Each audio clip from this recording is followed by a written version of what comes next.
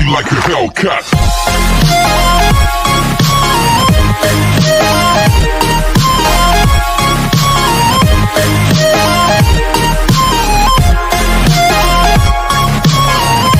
कहानी की शुरुआत एक ओह नामी लड़की से होती है जो उदास एक कैफे से निकल रही थी। जब ओह घर पहुंचती है तो वहां बहुत खुशी का माहौल होता है क्योंकि कल ओह की शादी है। लेकिन ओह किसी से कुछ कहे बगैर एक कोने में बैठकर खाना खाने लगती है। ये देख के उसकी मदर उसके पास आती है और उससे उदास होने की वजह पूछती है। ओह हंस के बोलती है कि कल कोई शादी नहीं होगी क्योंकि मैं अपना रिश्ता तोड़ आई हूँ। पहले तो उसकी मदर इस बात को मजाक में टाल देती है, मगर जब उन्हें एहसास होता है कि ओह सीरियस है तब उनका दिमाग खराब हो जाता है। ओह की मदर उसकी इस हरकत की वजह पूछती है तो ओह कहती है कि उसकी अपने फियांसे से बिल्कुल नहीं बनती और शादी के बाद डिवोर्स होने से बेहतर है कि वो शादी ही ना करे। ओह के इस तमाशे के बाद उसके पेरेंट्स को रिश्तेदारों के अजीब सवालों के जवाब देने पड़ते हैं, पर बच्चों की गलतियों पे तो माता पिता ही पर्दा डालते हैं। यहाँ भी कुछ ऐसा ही होता है। सीन्स एक महीने बाद पे शिफ्ट होते हैं जहाँ ओह एक रेस्टोरेंट मैनेजर की नौकरी कर रही है। उसकी खड़ूस बॉस सू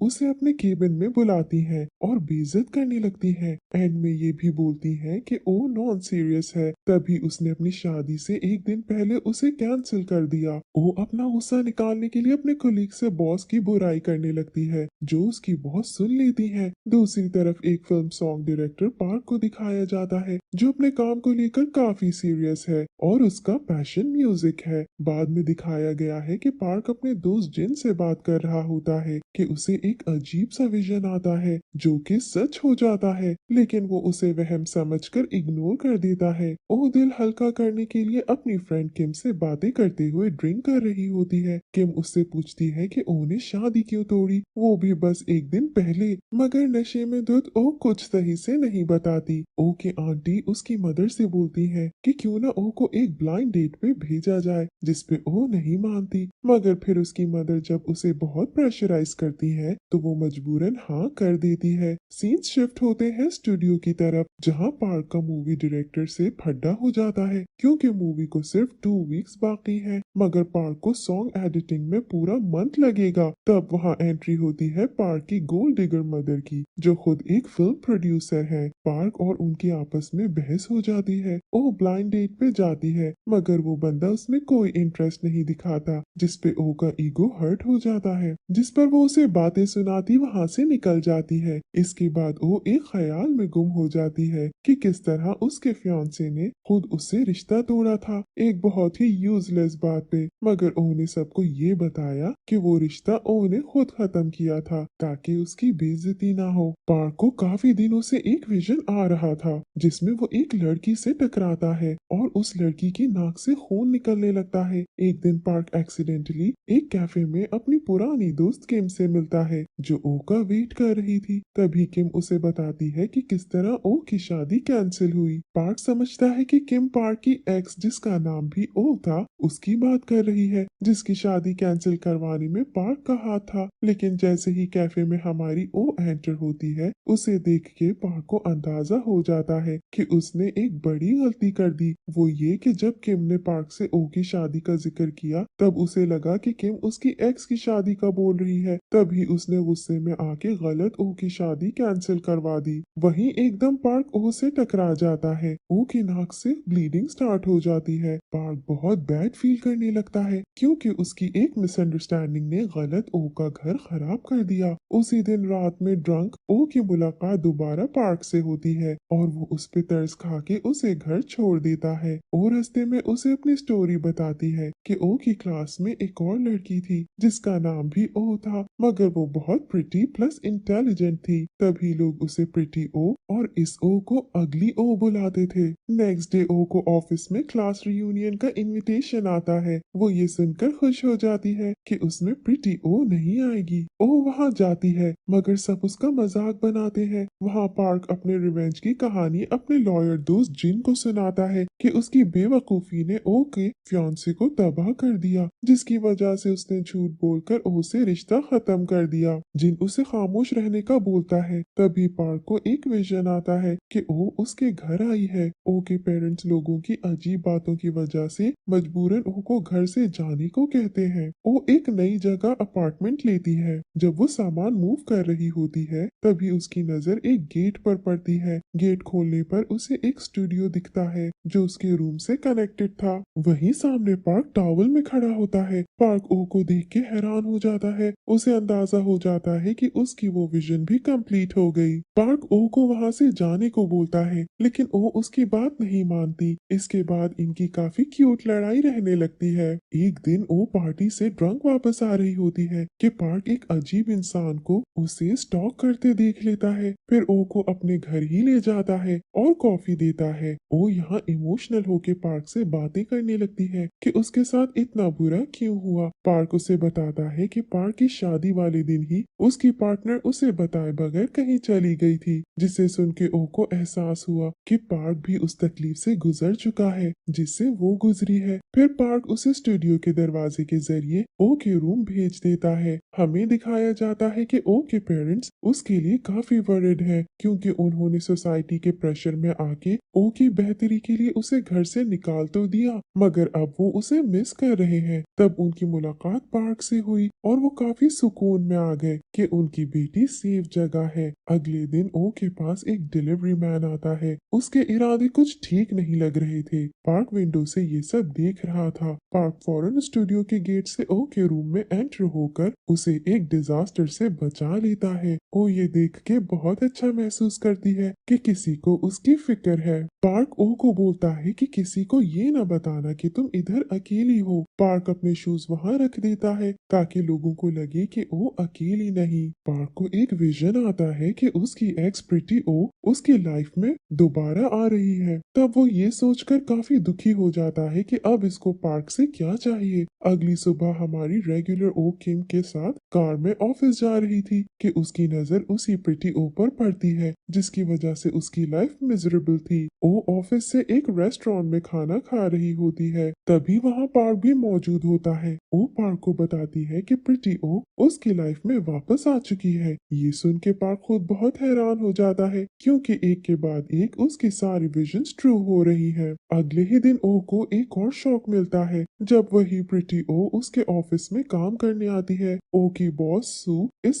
प्रीति ओ का सबसे इंट्रोडक्शन करवाती है लेकिन काफी रिजर्व होकर, जिसकी वजह हमें आगे बताई गई है। हमारी ओ उसी रात ड्रंक सू के पीछे चल रही थी कि उसने देखा कि सू तो उसी घर में एंटर हो रही है जो पार्क का है और जिसमें वो भी रहती है। तब ओ को पता चलता है कि ओ की बॉस दरअसल पार्क की बड़ी बहन है। पार्क खुद भी ये सब देख घबरा जाता है। वहाँ ऑफिस में प्रीति ओ की वजह से हमारी ओ की लाइफ दोबारा खराब होने लगती है। हर कोई उसे ही अटेंशन देता है। घर में पार्क और उसकी मॉम के पैसों पर लड़ाई हो जाती है। ओ पार्क को लाइक महसूस करवाने के लिए उसके साथ वॉक पे निकल जाती है और पार्क वहाँ सॉन्ग साउंड्स रिकॉर्ड करने लगता है। अगले सीन्स में ओ को एक डेयर मिलता है जिसमें उसे पार्क को हक करना था। तो जैसे ही पार्क कार से उतरता है ये भाग के उसे हक करती है। पार्क मना करने के बजाय खुद भी उसे टाइटली हक करता है। कुछ दिनों बाद पार्क और ओ एक रेस्टोरेंट में खाना खाने जाते हैं। तभी वहाँ प्रीति ओ आ जाती है। प्रीति ओ को देख पार्क गुस्से में वहाँ से उठ के जाने लगता है। प्रीति ओ हमारी ओ से पूछती है क्या वो पार्क को डेट कर रही है, जिसपे हमारी ओ उसे जेलस करने के लिए हाँ बोल देती है। पार्क हमारी ओ का हाथ पकड़ के वहाँ से कार में ले जाता है। तभी उसे प्रीति ओ आवाज देती है। पार्क गुस्से से पागल होकर कार का ग्लास तोड़ देता है।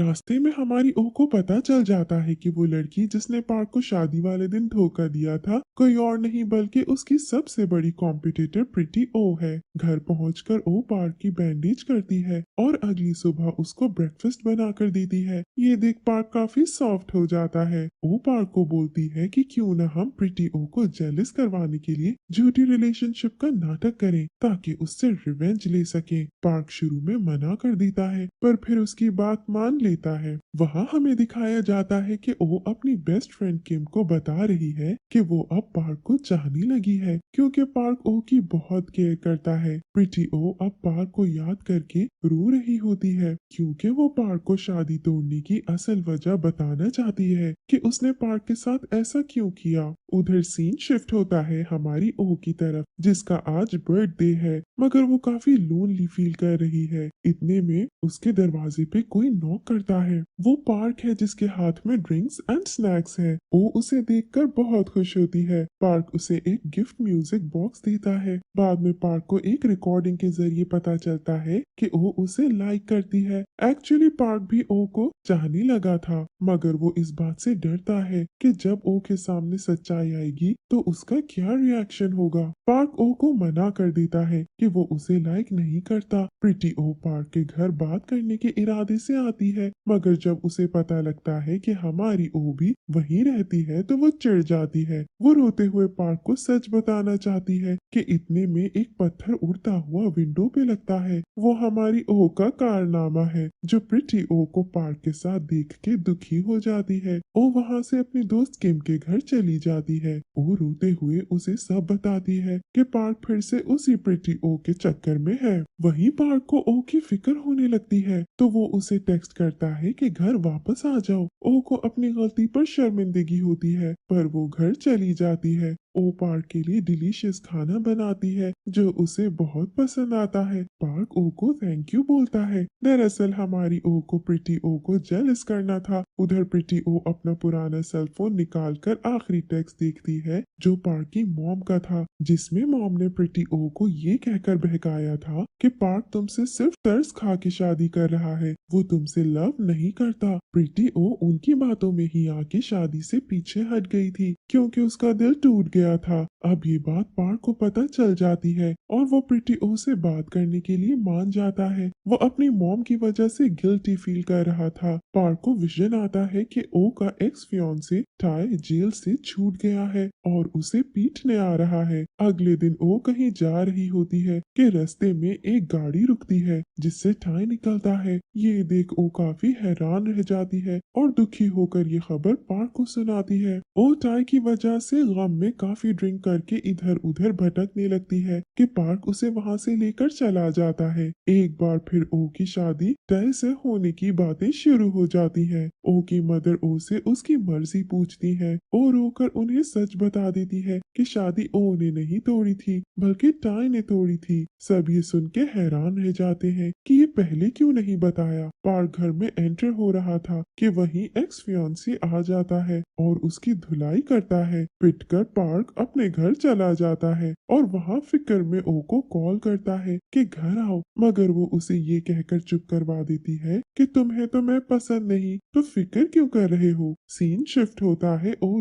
टाई की तरफ जो एक बार फिर उसे एक्सीडेंटली टकरा जाता है। वो ओ से माफी मांगने लगता है तभी ओ उस पे गुस्सा करके उसे चुप करवा देती है। ओ उसे बोलती है कि तुमने एक दिन पहले मुझसे शादी तोड़ी अब तुम क्या चाहते हो। जिस पे एक्स उसे बोलता है कि वो जेल में था और तभी बैंकरप्ट होने की वजह से उसने मजबूरन शादी तोड़ी थी। ये सुनकर ओ का दिमाग काम नहीं करता। वो घर जाके सबको ये बात बताती है और खुश होती है कि टाई ने उसे धोखा नहीं दिया बल्कि उसका ख्याल किया था। पार्क ये सब देख लेता है। अगले दिन पार्क ओ को बुला के उसे बोलता है कि तुम ऐसे इंसान के साथ दोबारा कैसे रिलेशन का सोच सकती हो। जिसपे ओ गुस्सा हो जाती है कि तुमने तो मुझे रिजेक्ट कर दिया था अब क्या मुसीबत है। वो पार्क को पर्स खींच के मारती है। पार्क उसे रोकता है और यहाँ इनकी एक पैशनेट किस हो जाती है। इसके बाद वो अपने पेरेंट्स के घर जाकर पार्क की कॉल का इंतजार करती है। पार्क उसे कुछ दिन बाद कॉल करके फाइनली वापसी आ जाने का बोलता है क्योंकि उसे ओ की याद आ रही है। ओ उसे ताना मारती है कि तुम्हें इतनी जल्दी ख्याल आ गया। वो वापस आ जाती है। फिर दोनों क्यूट डेट पे जाते हैं जहाँ ओ पार्क को कभी धोखा ना देने का बोलती है और वार्न करती है कि अब प्रीति ओ का ख्याल दिल से निकाल दे।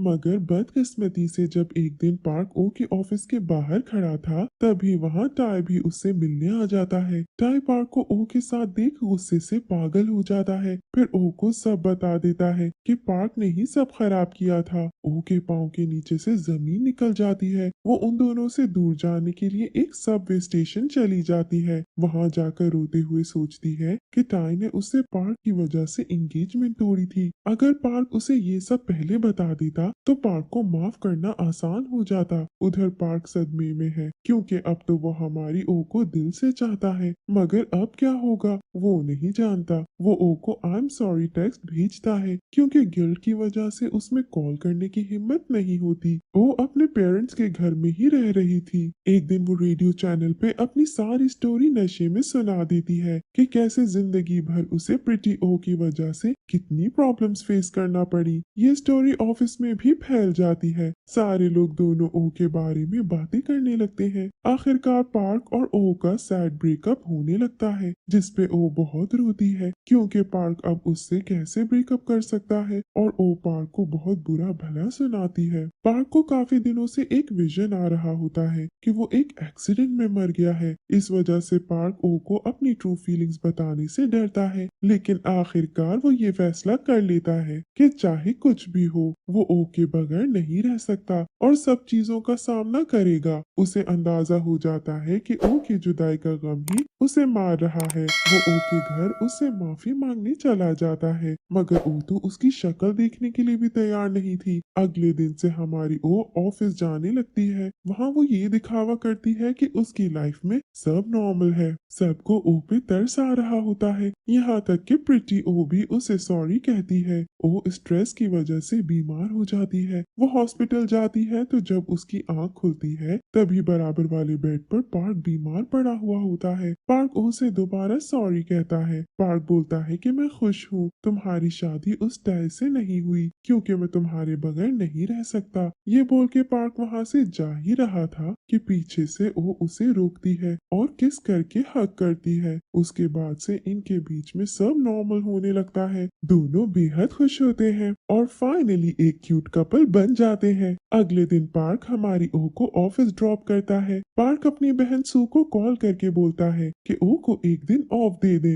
ताकि वो दोनों एक अच्छी कंट्री साइड पर डेट के लिए जाएं। ओ को इस बारे में कुछ नहीं पता है। पार्क ओ को क्यूट डेट पर एक फील्ड में ले जाता है और दोनों खुशी खुशी टाइम स्पेंड करके बातें करते हैं। पार्क वहाँ म्यूजिक साउंड रिकॉर्ड करने लगता है। फिर दोनों वापस आ जाते हैं। जब ओ और पार्क की ऑफिशियल रिलेशनशिप की खबर टाई तक पहुँचती है तब उसके बदले की आग और बढ़ जाती है, यहाँ तक कि वो पार्क पे हमला करने आ जाता है और उसे मार पीट के एक बार फिर पार्क को जख्मी कर देता है। पार्क उसे कुछ नहीं कहता क्योंकि वो जानता है कि इसके गुस्से की वजह जायज है, लेकिन पार्क और टाई ये नहीं जानते कि पार्क की वजह से टाई का बिजनेस तबाह नहीं हुआ था, बल्कि उसे अपनी ही बिजनेस पार्टनर ने धोखा दिया था। बदले की आग में अंधा होकर वो पार्क को धमकी देता है कि तुम्हारी बस कुछ पल की खुशी बाकी है। पार्क को एक बार फिर वही विजन आने लगता है। जब ओ को पार्क की पिटाई की खबर होती है तब वो टाई से मिलने जाती है। ओ टाई को वार्न करती है कि अब अगर उसने पार्क को तकलीफ पहुंचाई तो ओ से बुरा कोई नहीं होगा। बाद में पार्क ओ को पिक करने आता है। तब वो एक साथ वॉक कर रहे होते हैं। पार्क को विजन की वजह से लगता है कि उसकी जिंदगी का आखिरी दिन है। वो आखिरकार ओ को आई लव यू बोल देता है